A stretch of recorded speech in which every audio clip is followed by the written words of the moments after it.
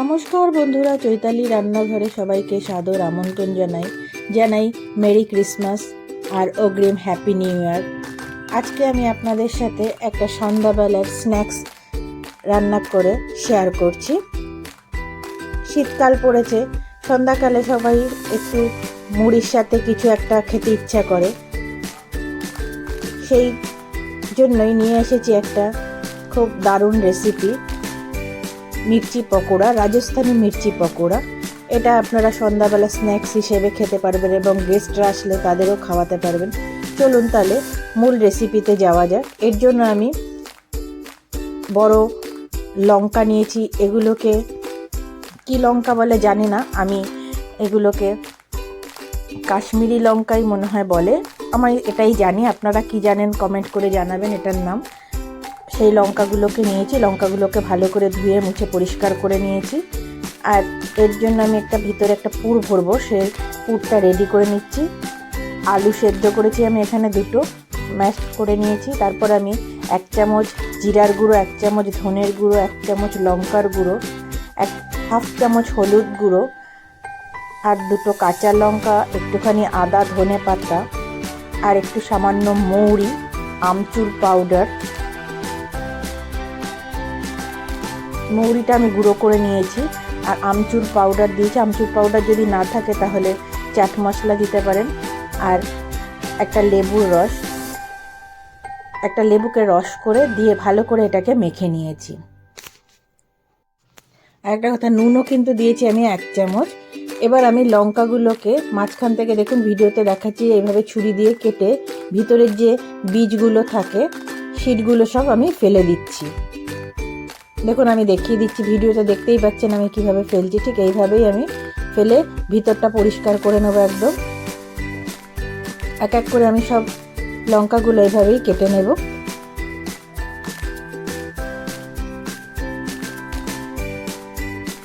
একটা লঙ্কা দেখতেই পাচ্ছেন বোটা ভেঙে গেছে, এটাও আমি ট্রিক্স দেখিয়ে দেবো। যদি কোনো সময় লঙ্কার বোটা ভেঙে যায় তাহলে কোনো রকম ঘাবড়াবেন না, তারও একটা উপায় আমি দেখিয়ে দেবো এই ভিডিওতেই, তার জন্য ভিডিওটা পুরো দেখুন। যাই হোক, এইভাবে লঙ্কার ভিতর থেকে সব শিটগুলো আর যে একটা শিরের মতো থাকে সেটাও আমি বের করে দিলাম। এবার আলু মধ্যে আমি মটরশুঁটি দিয়ে দিচ্ছি। আর একটা কথা, আমি 1 চামচ নুনও কিন্তু মশলার সাথে দিয়েছিলাম, সেটা আমি বলতে ভুলে গেছি। এবার মটরশুঁটিগুলো দিয়ে ভালো করে আলুটাকে আবার মেখে নিচ্ছি। মটরশুঁটিগুলো একটু হাত দিয়ে চেপে চেপে দিচ্ছি, একটু সুবিধা হবে তাহলে খেতেও এবং ভিতরে পুরটা ভরতে। এবার লঙ্কার পেটটা ফাঁকা করে এর ভিতরে, মানে পেটের ভিতরে সব ভরে দিচ্ছি। এক এক করে এইভাবে সব কটা লঙ্কার ভিতরে আমি পুরগুলো ভরে দেব। আর দেখতেই পাচ্ছেন এই লঙ্কার বোটাটা ফেটে গেছে, মানে ভেঙে গেছে। এটাকেও আমি আপনাদের দেখিয়ে দেবো কিভাবে আপনারা এটা ভাজবেন, সেটারও আমি একটা পদ্ধতি দেখিয়ে দিচ্ছি এখানে। এইভাবে আমি এক এক করে সব কটা লঙ্কার ভিতরে পুরগুলো ভরে নিচ্ছি।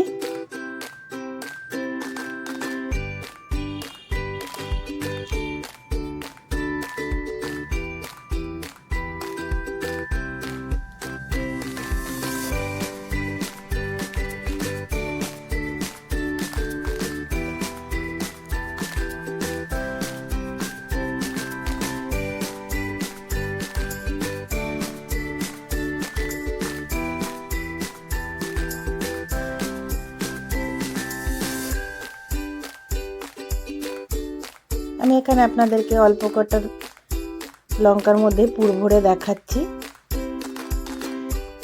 আর যেটা বোটাটা ভেঙে গেছিলো তার মধ্যে আমি একটি টুথপিক ভরে দিচ্ছি, তাহলে ভাজার সময় কোনো রকম অসুবিধা হবে না। এই টুথপিকটা ধরেই আমি বেসনের গোলায় চুবাতে পারবো।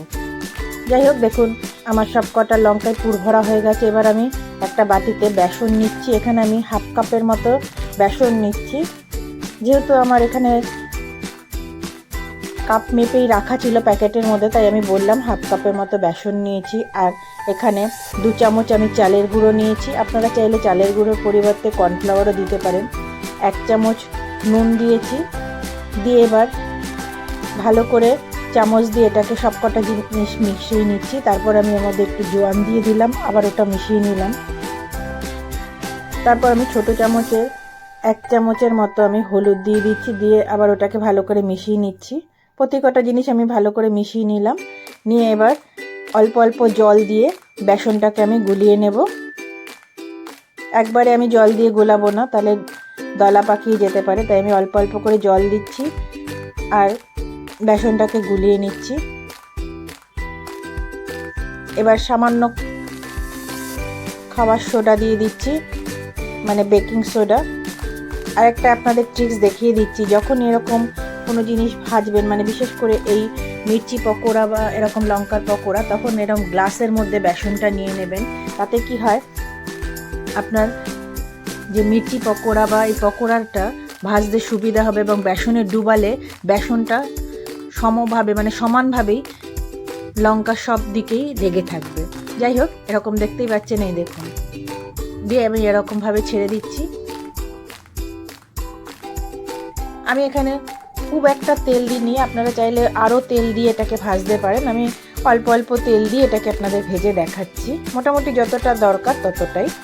দোকানে অবশ্য অনেক তেল দিয়ে ভাজে, আমি অতটা তেল দিইনি। আমি দুটো দুটো করে ভেজেই আপনাদেরকে দেখাচ্ছি। দেখতেই পারলেন যে টুথপিক দেওয়াতে আমার ওই লঙ্কাটা কীভাবে ভাজতে সুবিধাও হলো। এরকম একটা একটা করে তেলের মধ্যে দিয়ে আমি ভেজে নেব। বেশি লাল করব না, আবার হালকাও রাখবো না। আর এই সময় কিন্তু গ্যাসের ফ্লেমটা মিডিয়াম রাখবো, হাই করলে কিন্তু তাড়াতাড়ি করে লাল হয়ে যায় বা ভিতরটা কাঁচা থেকে যাবে। তুলতে গিয়ে একটা পড়ে গেল, একটু হড়বড়ি লেগে গেছিলো। আসলে ঘরে গেস্ট এসে গেছে, সবাই বসে আছে, একটু এগুলো দেবো, তাই জন্য একটু হড়বড়ি লেগে গেছিলো। দেখতেই পাচ্ছেন এরকম এক এক করে আমি সব কটা ভেজে নিচ্ছি। এরকমভাবে যখন এই ধরনের ধরুন মির্চি পকোড়া ভাজবেন, এরকম গ্লাসের মধ্যে করে বেসনটা নিয়ে ভাজবেন, দেখবেন বেসনটা কিন্তু চারিদিকে ছড়িয়ে যায় না, একভাবেই পুরো যে পকোড়াটা ভাজবেন তার চারিদিকেই লেগে থাকে সমানভাবে। এরকম নিত্য নতুন ট্রিক্স দেখার জন্য বা দেখতে চাইলে অবশ্যই আমাকে কমেন্ট করবেন এবং আমি আপনাদেরকে দেখাবো। আর এর জন্য আমার চ্যানেলটা অবশ্যই আপনারা সাবস্ক্রাইব করবেন, লাইক করবেন, শেয়ার করবেন। ব্যাস রেডি হয়ে গেছে পকোড়া। আমি এক এক করে সবকটা তুলে নিচ্ছি, আর সেটা দেখালাম না, ব্যাস সার্ভ করে দিয়েছিলাম সস দিয়ে। আপনারা চাইলে যে কোনো সস কিংবা কাসুন্দি দিয়েই এটা সার্ভ করতে পারেন। দেখতেই পাচ্ছেন ভিতরটা কি সুন্দর হয়েছে।